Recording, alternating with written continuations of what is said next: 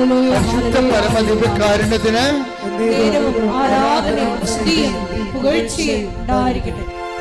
അപ്പൊ എന്നെ ജോജിയുടെ കടപൂട്ടി വരുമാനം നിന്ന് ഒരു ഭർത്താവ് കൊണ്ട് ഭാര്യയുണ്ട്, 2 കുഞ്ഞുങ്ങളുണ്ട്, അങ്ങനെ പട്ടിണിയാകാവുന്നു. പക്ഷേ ഈ 2 കക്ഷികളും ഉടമ്പടിയിലൊരു ബലത്തിൽ അങ്ങനെ നിൽക്കുകയാണ്. ആ പൂട്ടാത്തൊരു കടവുണ്ടല്ല, കർത്താവ് എപ്പോഴും കർത്താവിൻ്റെ സന്നിധിയിൽ ഇവർ നമ്മളെ കരുതുവാനും കാക്കുവാനും not by merit but by grace, എൻ്റെ കഴിവ് കൊണ്ടല്ല, മറിച്ച് എന്താണ്, എൻ്റെ കൃപ കൊണ്ടാണ് നിൻ്റെ അതിജീവനമെന്ന് ആണ് ഉടമ്പടി അടിസ്ഥാനം.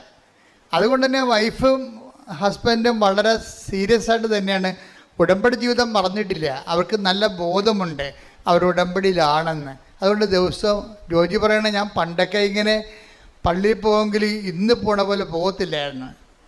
ഉടമ്പടിക്ക് ശേഷം ഞാൻ ഡെയിലി പള്ളിയിൽ പോകും, വൈഫ് പോകും. ഒരു ദിവസം വൈഫും 2 കുഞ്ഞുങ്ങളുമാണ് പോകാനൊത്തത്. ആ പോണ വഴിക്ക് വന്നപ്പോഴേ ഈ ഹൗസ് ഓണർ അല്ല, ഈ വീടിൻ്റെ വാടക ഞങ്ങൾക്ക് കട തന്ന ആളെ പിടിച്ചു നിർത്തി. വൈഫിനെ വഴി പിടിച്ചു നിർത്തി പറഞ്ഞു, ഇത് നിങ്ങൾക്ക് കച്ചവടം വിൽക്കണമില്ല, ഞങ്ങൾക്ക് വേറെ കൊടുക്കാനത് പറ്റണമില്ല, സമാധാനം പറഞ്ഞിട്ട് പോയാൽ മതിയെന്ന് അവർക്ക് കുറേ നാൾ ഇവരോട് പറയുമായിരുന്നുണ്ടായിരുന്നു. ഇവർക്ക് ചെയ്യാൻ പറ്റണില്ല. ഇവർക്ക് അവസാനം ഇപ്പം സീരിയസ് ആയി. ലേഡീസിനെ തന്നെ വഴി പിടിച്ചു നടത്തുന്ന അവസ്ഥയായി. അത്രയും സീരിയസ് ആയി. അപ്പോൾ നിങ്ങളൊക്കെ ഉടമ്പടി എടുത്താണല്ല, പള്ളിയിൽ നിന്ന് വന്നാണല്ല, എന്നിട്ടും വഴി പിടിച്ച് നിർത്തിയാന്ന്. അതായത് ഉടമ്പടി കാലത്ത് എന്തെങ്കിലും സംഭവിക്കുകയാണെങ്കിൽ അത് ഉടമ്പടി എടുത്ത ആൾക്കാരാണ് നമ്മളെന്നുള്ള ബോധം നമുക്കുണ്ടെങ്കിൽ ഓർക്കുക, നമുക്ക് സംഭവിക്കണ നന്മയ്ക്കായിരിക്കും അത് മാറ്റണത്. അതെപ്പോഴും ഓർത്തേക്കണം. അപ്പോൾ വൈഫ് പറഞ്ഞ്, ആ വൈഫ് പെട്ടെന്ന് പറഞ്ഞ് എൻ്റെ അമ്മയെ എന്തെങ്കിലും മറുപടി പറയാൻ പറഞ്ഞു. ഇവർ പിടിച്ചു നിർത്തിയില്ല, കടക്കാർ പിടിച്ചു നിർത്തിയില്ല, അതിൻ്റെ ഓണർമാരെ പിടിച്ചു നിർത്തിയപ്പോഴേ തടഞ്ഞു നിർത്തിയപ്പോൾ ഈ ജോജിയുടെ വൈഫ് മാതാവിനോട് പറഞ്ഞു, അമ്മേ എന്തെങ്കിലും. അപ്പം ഉടമ്പടി എന്ന് പറയുമ്പോൾ സഞ്ചാരി മാതാവല്ലേ, എവിടെയായാലും കൂടെ ഉണ്ടാവില്ല ആള്. അതാണ് ഉടമ്പടിയുടെ ഏറ്റവും വലിയ ഗുണമെന്ന് പറയണത്. പക്ഷേ സഞ്ചാരി മാതാവാണെന്നുള്ളതിനെക്കുറിച്ച് നല്ല ബോധം ജോജിക്കുണ്ട്, നിങ്ങൾക്ക് പലർക്കും ഇല്ല. അതാണ് പ്രശ്നം. സഞ്ചാരി മാതാവ് എന്താണെന്ന് പോലും അറിയാൻ പറ്റില്ല.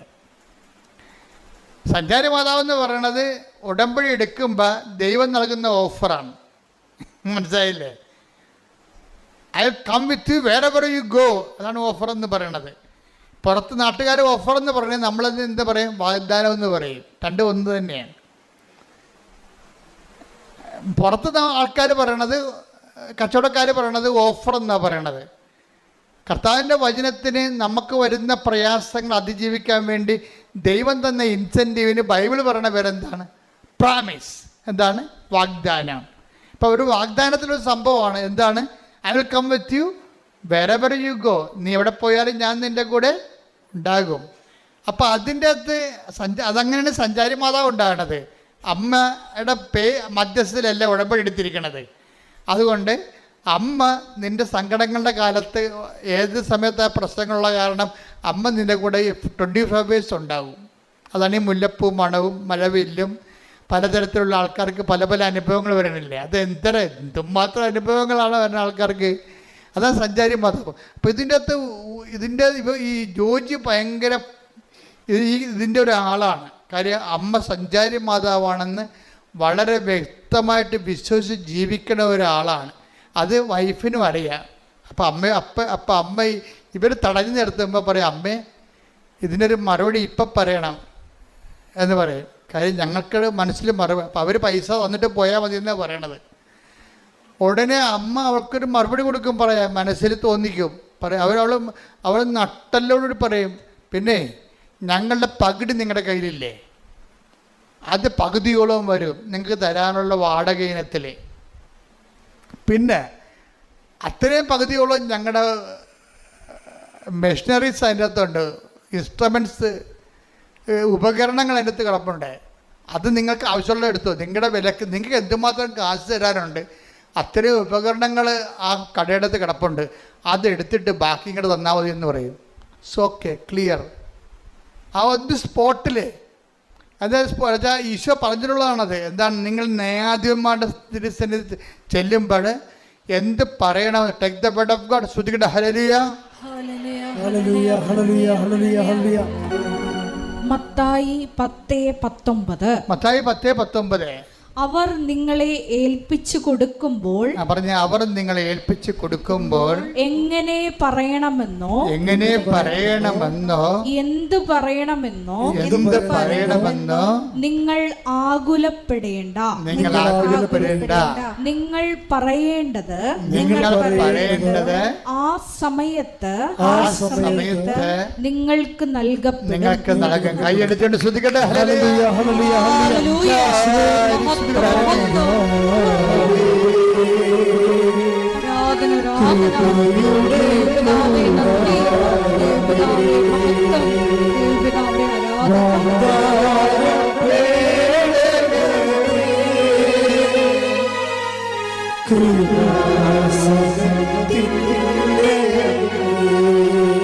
സഞ്ചാരി മാതാവേ,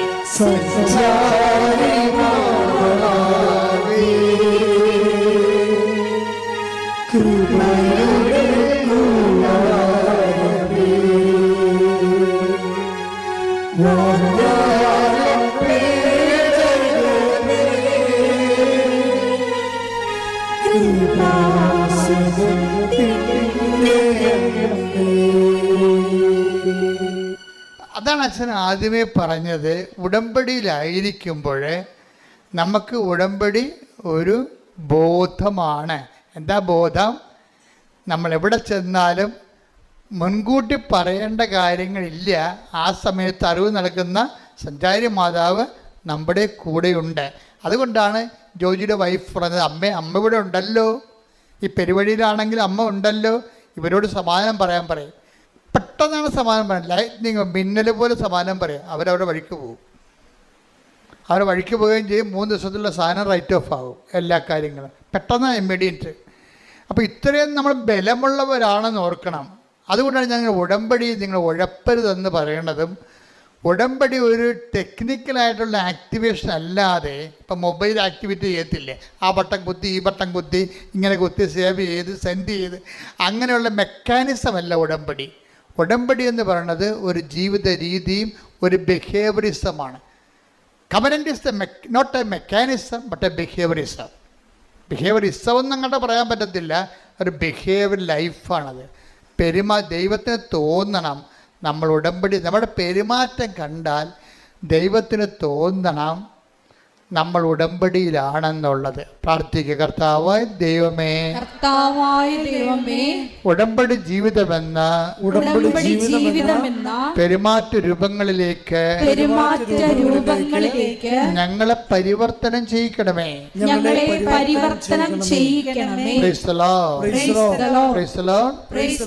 ഹല്ലേലൂയ. ഇതിനകത്ത് വരുന്നൊരു വിഷയം എന്ന് പറയണതേ, ഇപ്പം കരുണ കാണിക്കാൻ കുറച്ച് സമയമെടുക്കുകയാണെങ്കിൽ അത് പ്രെയർ ടൈമാണ്. മനസ്സിലായില്ലേ? ഉടമ്പടി 3 ആക്ടിവേഷൻ പ്രിൻസിപ്പിളുണ്ട്. എന്തൊക്കെയാണ്? Prayer, proclamation and practice. എന്തൊക്കെയാണ് ഉടമ്പടിയിലെ ആക്ടിവേഷൻ പ്രിൻസിപ്പിൾ 3 എണ്ണമാണ്. എന്താണ്? പ്രാർത്ഥന, പ്രഖ്യാപനം, പ്രയോഗം. ഇതൊക്കെ ആദ്യകാല ക്ലാസ്സെങ്കിലുള്ളതാണ്. ഇപ്പം ഞാൻ പറയാറില്ല. ഇപ്പം നിങ്ങളോട് പറയണേ, ഉടമ്പടിയിൽ ഒരു സംഭവം ആക്ടിവേറ്റ് ചെയ്യണമെന്നുണ്ടെങ്കിൽ അതിൻ്റെ മെയിൻ പ്രാർത്ഥന, അതിനകത്ത് ലിങ്ക് പോകരുത്. പ്രാർത്ഥനാ ജീവിതത്തിൻ്റെ പ്രശ്നം വെച്ച് കഴിഞ്ഞാൽ ഈ ചാറ്റമഴ പോലെ തന്നെയും പിന്നെയും പെയ്യുകയല്ല. അതിൻ്റെ പ്രാർത്ഥന മനസ്സാണ്. എപ്പോഴും ദൈവത്തെക്കുറിച്ച് ഓർക്കുക, ചിന്തിക്കുമ്പോഴൊക്കെ സമയം കിട്ടുമ്പോഴൊക്കെ ബൈബിൾ എടുത്ത് നോക്കുക.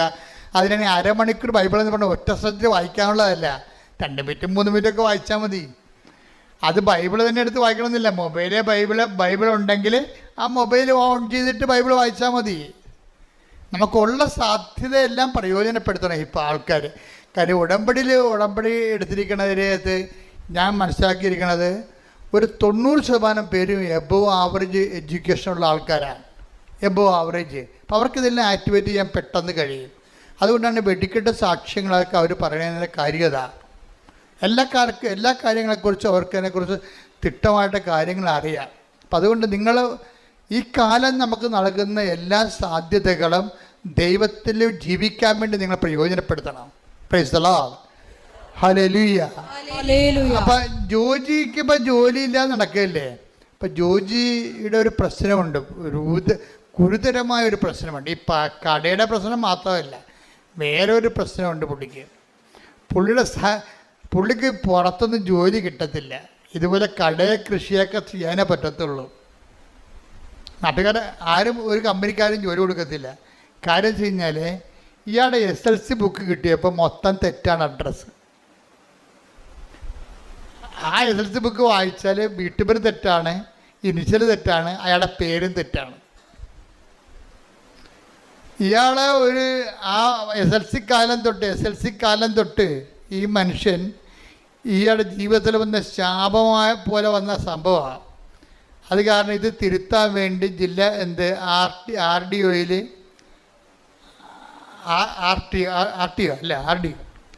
RDO അതുപോലെ തന്നെ തഹസിൽദാർ, അതുപോലെ തന്നെ വില്ലേജ് ഓഫീസർ, ഇങ്ങനെ ഗവൺമെൻറ് ഇതുപോലെയുള്ള തിരുത്തൽ സങ്കേതങ്ങളിലൊക്കെ പുള്ളിക്കാരൻ നടന്ന് ഒരു 2 കൊല്ലമൊക്കെ നടക്കും. അങ്ങനെ 20 വർഷം പല ഓഫീസിൽ കയറി ഇറങ്ങി ഇതിനു വേണ്ടി ഉണ്ടാകുന്ന അവർ ആവശ്യപ്പെടുന്ന എല്ലാ രേഖകളും ഉണ്ടാക്കിയിട്ടും ഇന്ന് വരെ ഒരു പുല്ലും നടന്നിട്ടില്ല. ആകെപ്പാടെ വല്ലാത്ത ജീവിതം. ഇനി പഠിത്തത്തിൻ്റെ പരിപാടി നിർത്തി. എന്താ കാര്യം? സർട്ടിഫിക്കറ്റ് അഡ്രസ്സ് തെറ്റാണ്. ഇപ്പം നിങ്ങൾക്കറിയില്ല, പാസ്പോർട്ടിലൊക്കെ പേരൊക്കെ തരിക്കഴിഞ്ഞാൽ ഉള്ള അവസ്ഥ എന്തായിരിക്കും? ഒന്ന് റിജക്റ്റ് ചെയ്യും സംഭവം. ഇനിയുള്ള കാലങ്ങളിൽ നിങ്ങൾ വളരെ ശ്രദ്ധിക്കണം. കാര്യം ഞാനൊരു രാജ്യത്ത് ചെന്നപ്പോൾ അവിടെ നമ്മളാരും അവിടെ എമിഗ്രേഷൻ വെച്ചിട്ടില്ല. കമ്പ്യൂട്ടറാണ് എമിഗ്രേറ്റ് ചെയ്യണത്. നമ്മൾ ഡേറ്റ അടിച്ചു കൊടുക്കേണ്ടി വരും. അപ്പം നമ്മുടെ കൃഷ്ണമണിയും കൈയും കാലും അഡ്രസ്സും എല്ലാം ഓൾറെഡി എല്ലാ രാജ്യങ്ങളിലും ഉണ്ട്. നമ്മൾ ഫീഡ് ചെയ്യുമ്പോൾ ഒരു വരകം തെറ്റിപ്പോയി കഴിഞ്ഞാൽ നമ്മളവിടെ നിൽക്കാനേ പറ്റത്തുള്ളൂ, റിജക്റ്റ് ചെയ്ത് കളയും. അത് കാരണം കൊന്തേഞ്ചേരിക്കൊണ്ടാണ്. അപ്പോൾ എന്നെ വിജയകുമാർ സാറ് സഹായിച്ചേ അവിടെ ചെന്നപ്പോൾ, ഇവിടെ ഉണ്ടായിരുന്ന കാരണം. നമ്മൾ ഒരു സ്പെല്ലിങ് ഒരു അക്ഷരം തെറ്റിക്കഴിഞ്ഞാൽ കമ്പ്യൂട്ടർ റിജക്റ്റ് ചെയ്യും. അവിടെ ആളില്ല. അവിടെ മിഷനല്ലേ, മിഷന് കണ്ണും മുക്കും ഉണ്ടാ, പറഞ്ഞാൽ മനസ്സിലാവുക. എന്ത് അപ്പോൾ ഇനിയുള്ള കാര്യങ്ങൾ ചെറുപ്പക്കാർ ഭയങ്കര ശ്രദ്ധിക്കണം കേട്ടാ. ഭയങ്കര സീരിയസ് കാര്യമാണ്. ശ്രദ്ധിക്കട്ടെ മക്കളെ.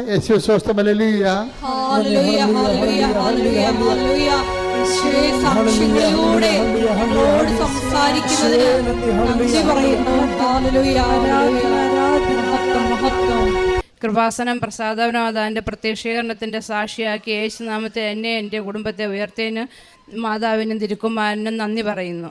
ഞാൻ 2023 ഡിസംബർ 12 തീയതിയാണ് ഉടമ്പടി എടുക്കാൻ ആദ്യമായി ഇവിടെ വരുന്നത്. ഉടമ്പടി എടുക്കാനുണ്ടായ കാരണം എൻ്റെ മകൾ കാനഡയിലാണ് കുടുംബസമേതം താമസിക്കുന്നത്. അവൾ എൻഗ്ലീഷ് എക്സാം പാസ്സാകുന്നതിന് വേണ്ടിയാണ്. ഉടമ്പടി എടുത്തതിന് ശേഷം 2016 ജനുവരി 16 തീയതിയാണ് എക്സാമിന് ഡേറ്റ് എടുക്കുകയും എക്സാം എഴുതി പാസ്സാകുകയും ചെയ്തു. എക്സാമിൻ്റെ കാര്യങ്ങൾ മകൾ പറയുന്നതായിരിക്കും. എൻ്റെ പേര് നിലീന, ഇതെൻ്റെ അമ്മ മിനി. ഞാനിപ്പം വരുന്നത് കാനഡയിൽ നിന്നാണ്. ഞങ്ങൾ ഫാമിലിയായിട്ട് സെറ്റിലായിരിക്കുന്നത് കാനഡയിലാണ്. ഞാനവിടെ ആദ്യമായി HCA ആയിട്ടായിരുന്നു വർക്ക് ചെയ്തുകൊണ്ടിരുന്നത്. അത് കഴിഞ്ഞ് ഞാൻ NCLEX എക്സാമിനും അവിടുത്തെ നഴ്സിംഗ് ലൈസൻസ് കിട്ടുവാൻ വേണ്ടിയുള്ള എക്സാം പാസ്സാകുവാനും അതിൻ്റെ പേപ്പർ വർക്കൊക്കെ നീക്കിക്കൊണ്ടിരിക്കുകയായിരുന്നു. അങ്ങനെ 2023 മാർച്ചിൽ ഞാൻ ആദ്യം NCLEX എക്സാം എഴുതി. അതിൽ എനിക്ക് വിജയിക്കാൻ സാധിച്ചില്ല. അത് ഓൾഡ് ജനറേഷനിലുള്ള NCLEX ആണ് ഞാൻ എഴുതിയത്. അപ്പം എത്രയും പെട്ടെന്ന് അതാണ് കിട്ടുക എന്ന് ഓർത്തുകൊണ്ട് അത് എഴുതി. പക്ഷേ അത് കിട്ടുകയില്ല. പക്ഷേ എനിക്ക് എക്സാം കഴിഞ്ഞപ്പോൾ അത് കിട്ടുമായിരിക്കും എന്നൊരു പ്രതീക്ഷയുണ്ടായിരുന്നു. പക്ഷേ അത് കിട്ടിയില്ല. ഈ കൃപാസനത്തെക്കുറിച്ചുള്ള ആരംഭം ഇവിടെയല്ല തുടങ്ങുന്നത്. അത് 2020 ഞാൻ എൻ്റെ OET എക്സാമിന് വേണ്ടി പ്രിപ്പയർ ചെയ്തത് കോട്ടയത്തായിരുന്നു. അപ്പം ഞാൻ രണ്ടാമത്തെ പ്രാവശ്യം കോട്ടയത്ത് എക്സാമിന് വേണ്ടി പ്രിപ്പയർ ചെയ്യുന്ന ആ ഒരു സമയത്താണ് ഞാൻ എൻ്റെ ഫ്രണ്ട്സിൻ്റെ കൂടെയാണ് ഞാനിവിടെ ഫെബ്രുവരി 2, 2020 ഞാൻ ഇവിടെ വന്ന് ഉടമ്പടി എടുക്കുന്നത്. അന്ന് ഇതിനെക്കുറിച്ചോ കൃപാസനത്തെക്കുറിച്ചോ ഉടമ്പടിയെക്കുറിച്ചോ ഒത്തിരിയൊന്നും വലിയ ധാരണകളോ ഒന്നും ഉണ്ടായിരുന്നില്ല. എങ്കിലും ഞാൻ അന്ന് ഉടമ്പടി എടുക്കുകയുണ്ടായി. എനിക്ക് വലിയ കഴിവോ കിട്ടുമെന്നുള്ള പ്രതീക്ഷയൊന്നും എനിക്ക് എൻ്റെ മേലില്ലാത്തത് കൊണ്ട് തന്നെ OET രണ്ടാമത്തെ പ്രാവശ്യം എഴുതിയപ്പോഴും എൻ്റെ കഴിവ് കൊണ്ട് കിട്ടുകയില്ല എന്ന് എനിക്കറിയാം. പക്ഷേ എക്സാമിൻ്റെ റിസൾട്ട് വന്നപ്പം 3 Bയും 1 Cയും, അതുകൊണ്ട് ഒരു കാര്യമില്ലാത്ത രീതിയിൽ അന്ന് നിലനിന്നിരുന്നത്. പക്ഷേ കൊറോണയായി, പിന്നെ എക്സാം എഴുതാൻ പറ്റിയില്ല. പിന്നെ അതിനെക്കുറിച്ച് കൂടുതൽ ചിന്തിക്കേണ്ടി വന്നില്ല. കല്യാണമായി, അങ്ങനെ കാനഡയിലെത്തി. അങ്ങനെയാണ് എനിക്ക് പിന്നീട് എൻക്ലക്സിനെ കുറിച്ച് ചിന്തിക്കേണ്ടി വന്നത്. ഈ രണ്ടാമത്തെ പ്രാവശ്യം എൻക്ലക്സ് എഴുതുന്നതിന് മുമ്പ് മമ്മിയുടെ വലിയ ആഗ്രഹമായിരുന്നു മമ്മിക്ക് ഇവിടെ വന്ന് കൃപാസനത്തിൽ വന്ന് ഉടമ്പടി എടുക്കുക, പ്രാർത്ഥിക്കുക എന്ന്. കാരണം ഞാൻ എൻ്റെ ആദ്യ ഉടമ്പടി എനിക്ക് മുഴുവനായിട്ട് അത് പാലിക്കുവാനോ മുഴുവനായിട്ട് കൊണ്ടുപോകാനോ ഒന്നും സാധിച്ചില്ല. അത് പിന്നെ എനിക്കത് ഉടമ്പടി എടുക്കണമെന്നോ മുന്നോട്ട് കൊണ്ടുപോകണമെന്നോ ഒന്നും ആഗ്രഹമില്ലായിരുന്നു. പക്ഷേ എൻ്റെ മമ്മി എൻ്റെ ഉടമ്പടി പുസ്തകങ്ങളൊക്കെ വായിക്കുവാനും അതിനെക്കുറിച്ച് കൂടുതൽ അറിയുവാനും ഒക്കെ അങ്ങ് താല്പര്യപ്പെട്ടു. ആദ്യത്തെ പ്രാവശ്യം എൻക്ലക്സ് കിട്ടാതെ വന്നപ്പം മമ്മിയുടെ ആഗ്രഹപ്രകാരം മമ്മി ഇവിടെ വന്ന് എക്സാം നിയോഗത്തിൽ വെച്ചു ഉടമ്പടി എടുത്തു. അതുവഴി മമ്മി ഡിസംബർ 12, 2024 വന്ന് 23 വന്ന് എടുക്കുന്നത്, ഉടമ്പടി എടുക്കുന്നത്. അതിനുശേഷം എനിക്ക് ഈ ഡിസംബർ 28 മുതൽ എനിക്ക് ഉടമ്പടിയൊന്നും ഞാൻ എടുത്തില്ല, പിന്നെ റിന്യൂവൽ എടുത്തില്ല. പക്ഷേ അന്ന് മുതൽ എനിക്ക് മമ്മിയുടെ കൂടെ പ്രാർത്ഥിക്കുവാനും ഉടമ്പടിയിൽ എന്തൊക്കെയാണോ ചെയ്യേണ്ടത് അതൊക്കെ ചെയ്യുവാനും കാരുണ്യപ്രവർത്തികൾ ചെയ്യുവാനും പ്രാർത്ഥിക്കുവാനും ബൈബിൾ വായിക്കാനും എല്ലാം ഒരു സ്റ്റാർട്ടിംഗ് പോയിൻ്റ് ആയിരുന്നു. അപ്പം മാതാവ് എന്നെ പ്രത്യേകമായി തിരഞ്ഞെടുക്കുന്നു എന്നുള്ളൊരു ബോധ്യം അവിടുന്ന് കിട്ടാൻ തുടങ്ങി. കാരണം ആദ്യത്തെ പ്രാവശ്യം പഠിച്ചു, രണ്ടാമത്തെ പ്രാവശ്യം പഠിക്കാൻ വേണ്ടി വന്നപ്പോൾ എനിക്ക് ഭയങ്കര ബുദ്ധിമുട്ടായിരുന്നു.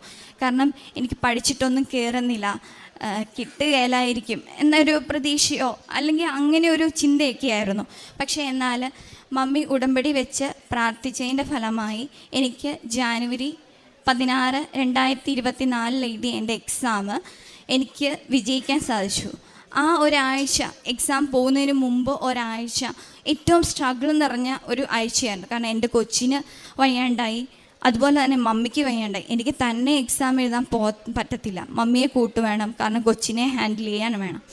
ആ ഒരു സമയത്ത് പോകണ്ട എന്ന് തീരുമാനിച്ച ഒരു സമയം വരെ ഉണ്ടായിരുന്നു.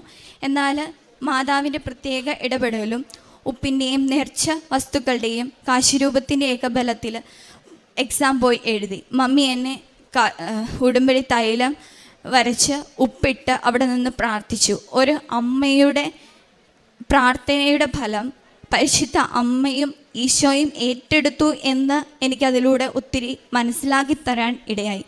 അതിനുശേഷം എനിക്കെന്തായാലും മാതാവ് എന്നിൽ ഇടപെടുന്നുണ്ട്, എന്നെ വിട്ടുകളഞ്ഞിട്ടില്ല എന്ന് മനസ്സിലായി. ഞാൻ ആ എക്സാം പാസ്സായി കഴിഞ്ഞപ്പം എനിക്ക് 5 കെട്ട് പത്രവും ഞാൻ 100 കൊന്തയാണ് ഞാൻ എല്ലാവർക്കും എൻ്റെ ഈ വിജയം പറഞ്ഞുകൊണ്ട് കൊടുത്തത്. പക്ഷേ അന്ന് ആ ഒരു സമയത്തും ഞാൻ എൻ്റെ ഉടമ്പടി ഞാൻ പുതുക്കിയിട്ടില്ല. പിന്നെയും ഞാൻ പ്രാർത്ഥനകൾ തുടങ്ങി. പിന്നെ ഞാൻ എൻ്റെ ഫെബ്രുവരി 21, 2024 ഞാൻ ആദ്യമായി ഉടമ്പടി പുതുക്കി. ഉടമ്പടി പുതുക്കി കഴിഞ്ഞ് എൻ്റെ നിയോഗവും അതുപോലെ തന്നെ മമ്മിയുടെ നിയോഗത്തിലും ഉണ്ടായിരുന്നു ഒരു ജോലി കിട്ടുക എന്ന്. ആദ്യം ഞാൻ പിന്നെ മറ്റേണിറ്റി ലീവ് കഴിഞ്ഞ് ഞാൻ കാനഡയിലെത്തുന്നു. അത് ജൂണിലെത്തി. എനിക്ക് ഓഗസ്റ്റിൽ തന്നെ ആ ഒരു സമയത്ത് ജോലി കിട്ടുക എന്ന് പറയുന്നത് ഭയങ്കര ബുദ്ധിമുട്ടുള്ള കാര്യമായിരുന്നു. എന്നാലും മാതാവിൻ്റെ വലിയ സഹായത്താൽ എനിക്ക് 2 കാഷ്വൽ ജോബുകൾ ആദ്യം ഓഗസ്റ്റ് 9-നും പിന്നെ അടുത്തത് നവംബർ 4-നും കിട്ടി. ഈ നവംബർ 4-ന് കിട്ടിയതെന്ന് പറയുന്നത് ഗവൺമെൻറ്റിലേക്കുള്ള ഒരു ഹോസ്പിറ്റൽ, റൂറൽ ഹോസ്പിറ്റലിലേക്കുള്ള ഒരു പ്രവേശനമായിരുന്നു. നമ്മൾ ഇൻറ്റേർണൽ സ്റ്റാഫായി മാത്രമേ അടുത്ത ഒരു ഇതിലേക്ക് നമുക്ക് അപ്ലൈ ചെയ്യാൻ പറ്റുള്ളൂ. അങ്ങനെ ഞാൻ തുടർന്നുകൊണ്ടിരുന്നു അപ്ലൈ ചെയ്യാൻ, ജോലിക്ക് വേണ്ടി അപ്ലൈ ചെയ്തുകൊണ്ടേയിരുന്നു. ചെയ്യുമ്പോഴെല്ലാം ഒന്നെങ്കിൽ എൻ്റെ ലാപ്ടോപ്പിൽ തൈലം പൂശി ഉപ്പിട്ട് കാശുരൂപം മുറുക്ക പിടിച്ച് തന്നെയാണ് ഞാൻ എല്ലാം അപ്ലൈ ചെയ്തുകൊണ്ടിരുന്നത്. പക്ഷേ ഒരിടത്തുനിന്നും ഒരു കോളും വന്നില്ല. പക്ഷേ എല്ലാം എനിക്ക് മെയിൽ വരും, ഓക്കെ നിങ്ങൾക്ക് പകരം വേറൊരു കാൻഡിഡേറ്റിനെ എടുത്തു എന്ന്. കുഴപ്പമില്ല, നമുക്ക് വെയിറ്റ് ചെയ്യാം, മാതാവ് പ്രവർത്തിക്കുമെന്ന് ഉറച്ചു വിശ്വസിച്ചു. അങ്ങനെ എനിക്ക് അവസാനമായി ഒരു ഇൻ്റർവ്യൂ കോള് വന്നു. അത് ഫെബ്രുവരി 21, 2025 എനിക്കൊരു ഇൻ്റർവ്യൂ കോളിൽ അന്ന് പോസ്റ്റ് ചെയ്തു, ഇൻ്റർവ്യൂ എടുത്തു. പക്ഷേ അന്ന് എനിക്ക് പപ്പായ്ക്ക് വയ്യാത്തത് കൊണ്ട് പെട്ടെന്ന് നാട്ടിലേക്ക് വരണം, എന്താകുമെന്നൊരു ഒരവസ്ഥ എനിക്ക് ചിന്തിക്കാൻ പറ്റുന്നില്ലാത്തൊരവസ്ഥയിലായിരുന്നു. അപ്പം ഞാൻ ഓർത്തൊന്ന് ചെയ്യണോ വേണ്ടോ, എന്തായാലും മാതാവ് തന്നതാണ്, ഇൻ്റർവ്യൂ കോൾ തന്നതാണെന്ന് ഉറച്ച വിശ്വാസത്തിൽ ഞാൻ പോയി ഇൻ്റർവ്യൂ അറ്റൻഡ് ചെയ്തു. അത് വെറുതെ പോയി അറ്റൻഡ് ചെയ്യുകയല്ല ചെയ്തത്, കാരണം എനിക്ക് യാതൊരു മെറിറ്റും ഇല്ല. കാരണം എനിക്ക് അഡൾട്ടിനെ നോക്കി വലിയ പരിചയവും ഇല്ല, എനിക്ക് എക്സ്പീരിയൻസും ഇല്ല. അപ്പം ഞാൻ നേരെ എൻ്റെ കാശുരൂപമുണ്ട്, പിന്നെ എൻ്റെ കയ്യിൽ തൈലമുണ്ട്, ഉപ്പുണ്ട്, ഇതെല്ലാം ആയിട്ടാണ് ഞാൻ എൻ്റെ ഇൻ്റർവ്യൂവിന് പോകുന്നത്. അത്രയധികം പ്രിപ്പറേഷനൊന്നുമില്ല. കുറച്ച് നേരം അവിടെ വെയിറ്റ് ചെയ്തു. എൻ്റെ മാനേജർ വന്നു. മാനേജർ വന്നപ്പം എൻ്റെ കയ്യിൽ കാശുരൂപം ഇരിക്കുകയാണ്. പുള്ളിക്കാരി എനിക്ക് ഷെയ്ക്ക് ഹാൻഡ് തന്നു. ഞാൻ അപ്പം ഈ കാശുരൂപം മുറുക്ക പിടിച്ചുകൊണ്ടാണ്, എനിക്ക് ഫുൾ കൈ ഓപ്പൺ ആക്കാൻ പറ്റിയില്ല. എന്നാലും എൻ്റെ ആ കാശുരൂപം ഇരുന്ന കയ്യിലാണ് പുള്ളിക്കാരി പിടിച്ചത്. അതിനുശേഷം ഞാൻ ഇൻ്റർവ്യൂ എടുത്തു. അതേ സമയത്ത് എൻ്റെ ഒരു ഫ്രണ്ടിനും ആ ഒരു ഇൻ്റർവ്യൂ ഉണ്ടായിരുന്നു. അപ്പം ഞങ്ങൾ ഇതെല്ലാം കഴിഞ്ഞപ്പം ഡിസ്കസ് ചെയ്തപ്പം ഞാൻ ഒത്തിരി പറയാൻ വിട്ടുപോയി എന്നെനിക്ക് മനസ്സിലായി. അപ്പോൾ കിട്ടത്തില്ല. അപ്പോൾ ആ ജോലിക്ക് ക്യാഷ്വലായിട്ടും സ്ഥിരം ജോലി 2 പോസ്റ്റിംഗ് ഉണ്ടായിരുന്നു. അപ്പം കിട്ടുമോ ഇല്ലയോ എന്നൊന്നും അറിയത്തില്ല. എന്തായാലും മാതാവിൻ്റെ അനുഗ്രഹം എന്താണോ അല്ലെങ്കിൽ ആഗ്രഹം എന്താണോ അത് നടക്കട്ടെ എന്ന് വിചാരിച്ചു. അതിനുശേഷം മാർച്ച് 7-ന് ഞാൻ നാട്ടിലേക്ക് വരാൻ തീരുമാനിച്ചു. വരുന്നതിന് അവിടുന്ന് മാർച്ച് 4-ാം തീയതി ഞാൻ വീട്ടിൽ നിന്ന് ഇറങ്ങുന്നത്. അപ്പം അതിന് തൊട്ട് മുമ്പ് ഞാൻ മാനേജറിനെ വിളിച്ചു ചോദിച്ചു എന്തെങ്കിലും അപ്ഡേറ്റ് ഉണ്ടോ. കാരണം അപ്ഡേറ്റ് അറിയാതെ എന്തെങ്കിലും ഉണ്ടെങ്കിൽ അത് ഫോർവേഡ് ചെയ്യണമല്ലോ, അല്ലെങ്കിൽ വേണ്ടല്ലോ, വിട്ട് കളയണമല്ലോ. ഇതിലേതെങ്കിലും ഒരു തീരുമാനം വേണമല്ലോ എന്നോർത്ത് ഞാൻ വിളിച്ചിട്ടൊന്നും കിട്ടിയില്ല. അവസാനം മാനേജർ എന്നെ തിരിച്ചു വിളിച്ചു. ഞാൻ പറഞ്ഞു എന്തെങ്കിലും അപ്ഡേറ്റ് ഉണ്ടോ എന്ന് ഞാൻ ചോദിച്ചു. അപ്പം മാനേജർ പറഞ്ഞു നീ സെലക്റ്റഡ് ആണ്. അപ്പം ഞാൻ ഓർത്തൊന്നെങ്കിൽ ക്യാഷ്വലായിട്ടായിരിക്കും. കാരണം അത് കഴിഞ്ഞ് ഞാൻ ഫെബ്രുവരി 21-ന് അറ്റൻഡ് ചെയ്ത ഇൻ്റർവ്യൂ പിന്നെയും എനിക്ക് റിസൾട്ട് കിട്ടുന്നത് മാനേജർ എന്നെ വിളിച്ചിട്ടില്ല. കിട്ടുന്നത് എനിക്ക് തന്നെ മാർച്ച് 4-ാം തീയതിയാണ്. അപ്പം ഞാൻ ഓർത്തു ഇത്രയും കാൻഡിഡേറ്റ് ഉള്ളത് കൊണ്ടല്ലേ, കാരണം ഓൾറെഡി ഇൻ്റർവ്യൂ നടക്കുന്നതേ ഉള്ളൂ, ടൈം എടുക്കുമെന്ന് പറഞ്ഞു പോവുകയും ചെയ്തു. അപ്പോൾ ഇത്രയും കാൻഡിഡേറ്റ് ഉള്ളപ്പം ഓക്കെ സെലക്റ്റഡ് ആണെന്ന് പറയുമ്പോൾ ക്യാഷ്വലായിരിക്കും. പക്ഷേ പ്രതീക്ഷിക്കാതെയാണ് മാനേജർ എന്നോട് പറഞ്ഞത് എന്നെ സെലക്ട് ആക്കുന്നത് റെഗുലർ പാർട്ട് ടൈം ആയിട്ടുള്ള ജോലിയിലായിക്കാണെന്ന്. അപ്പം ഞാൻ മാനേജറിനോട് പറഞ്ഞു ഞാൻ നാട്ടിൽ പോവുകയാണ്, പപ്പായ്ക്ക് വയ്യ, സുഖമില്ല, അതുകൊണ്ട് ഞാൻ പോവുകയാണെന്ന് പറഞ്ഞു. അപ്പം ഞാൻ ഓർത്തു പുള്ളിക്കാരി പറയുമായിരിക്കും എന്നാൽ നീ എന്നാൽ ക്യാഷ്വലായിട്ട് എടുത്തോ എന്നായിരിക്കും പറയുക എന്ന് ഓർത്തു. പക്ഷേ മാതാവ് അവിടെയും എനിക്കൊരു ഗിഫ്റ്റ് തന്നു. എന്തെന്നാൽ മാതാവ് എന്നോട് സംസാരിക്കുന്നത് പോലെ ആ മാനേജർ എന്നോട് പറഞ്ഞു സാരമില്ല, നിനക്ക് ഞാൻ നീട്ടിത്തരാം. ഓഫർ ലെറ്റർ പോലും എനിക്ക് ഏപ്രിൽ 21 തൊട്ട് എനിക്ക് അന്ന് വൈകിട്ട് തന്നെ ഞാൻ എയർപോർട്ടിലേക്ക് പോകുന്ന ആ വഴിക്ക് തന്നെ എനിക്ക് മാനേജർ അയച്ചു തന്നു. ഞാൻ കാറിലിരുന്നാണ് ഞാൻ എൻ്റെ ഓഫർ ലെറ്റർ സൈൻ ചെയ്യുന്നത് ഓൺലൈനായിട്ട്. അപ്പം എനിക്ക് അന്ന് കിട്ടിയ ആ ദൈവാനുഗ്രഹം എൻ്റെ ഈശോയും മാതാവും കൂടെ എനിക്ക് തന്നതാണെന്ന് എനിക്ക് പൂർണ്ണ വിശ്വാസമുണ്ട്. ഇല്ലെങ്കിൽ എനിക്ക് അന്ന് ആ ജോലി കിട്ടേണ്ടതല്ല. കാരണം ഇത്രയും കാൻഡിഡേറ്റ് ഇഷ്ടംപോലെ ഇൻ്റർനാഷണൽ RNs ഉണ്ട്. അല്ലാതെ തന്നെ RNs അവൈലബിൾ ആയിട്ടുള്ളപ്പോൾ എനിക്ക് വേണ്ടി എൻ്റെ സാഹചര്യത്തെ, എൻ്റെ കുടുംബ സാഹചര്യത്തെ മനസ്സിലാക്കണമെന്ന് ഒന്നുമില്ല. പക്ഷേ എനിക്ക് നീട്ടിക്കിട്ടി. അതുകൊണ്ട് തന്നെ ഒന്ന് നീട്ടി പിന്നെയും ഞാൻ പറഞ്ഞ ഡേറ്റ് അനുസരിച്ച് മെയ് 15 തൊട്ട് എന്നോട് പറഞ്ഞു ഓറിയൻറ്റേഷന് കയറിക്കോളാൻ. ഇത്രയും വലിയ അനുഗ്രഹം തന്ന എൻ്റെ ഈശോപ്പായ്ക്കും പരിശുദ്ധ കന്യാമറിയത്തിനും ഈ കൃപാസനത്തിൽ ജീവനോടെ പ്രത്യക്ഷപ്പെട്ട ഈ വേദിയിൽ നിന്ന് എൻ്റെ സാക്ഷ്യം പറയുവാൻ എനിക്ക് കിട്ടിയ അനുഗ്രഹത്തെ ഓർത്ത് കോടാനുകോടി നന്ദി പറയുന്നു. അതുപോലെ തന്നെ ഈ ഉടമ്പടി വഴി എനിക്ക് ജീവിതത്തിൽ ഒത്തിരി മാറ്റങ്ങൾ സംഭവിക്കാൻ ഇടയായിട്ടുണ്ട്. കാരണം ആത്മീയ ജീവിതത്തിൽ കൂടുതൽ വിശുദ്ധ ബലിയിൽ പങ്കുചേരുവാനും അതിനോടൊരു ദാഹം തോന്നുവാനും, എനിക്കെന്തോ കൂടാൻ പറ്റിയില്ലെങ്കിൽ എനിക്കെന്തോ ഒന്ന് നഷ്ടപ്പെട്ടു എന്ന് എനിക്ക് തീർച്ചയായും പറയാൻ പറ്റുന്ന ഒരു സ്ഥിതിയിലേക്ക് എത്തുകയും ചെയ്തു. അതുപോലെ തന്നെ ബൈബിൾ വായിക്കുവാനും കൂടുതൽ ഈശോയെക്കുറിച്ച് അറിയുവാനും ഈ ഒരു സമയത്തിലൂടെ ഞാൻ കടന്നുപോയി. അതുപോലെ തന്നെ കാരുണ്യ പ്രവർത്തനങ്ങൾ കൂടുതൽ ചെയ്യുവാനും എൻ്റെ ശുശ്രൂഷകൾ വഴി ഞാൻ മറ്റുള്ള രോഗികളെ ശുശ്രൂഷിക്കുമ്പോൾ വിശ്വാസ പ്രമാണം ചെല്ലുവാനും പ്രാർത്ഥിച്ചുകൊണ്ട് ഗുളികകൾ കൊടുക്കുവാനും ഒക്കെ എന്നെക്കൊണ്ട് മാതാവ് സജ്ജമാക്കി. അതുപോലെ തന്നെ ഞാനും മമ്മിയും നാട്ടിലായിരുന്നപ്പോൾ വൃദ്ധസദനത്തിൽ ഒന്നിച്ചു പോവുകയും അവരോട് സംസാരിക്കുകയൊക്കെ ചെയ്തു. അതുപോലെ തന്നെ ആ ഒരു അവസരത്തിൽ എനിക്ക് കൂടുതൽ ശുശ്രൂഷ ചെയ്യണം, നാട്ടിൽ ചെയ്യണമെന്നൊരു ആഗ്രഹം തോന്നിയിരുന്നു. ആ ഒരു സമയത്ത് മാതാവ് എൻ്റെ ഒരു ആഗ്രഹത്തെ പരിഗണിച്ചു എന്നെനിക്ക് മനസ്സിലാക്കിയത്.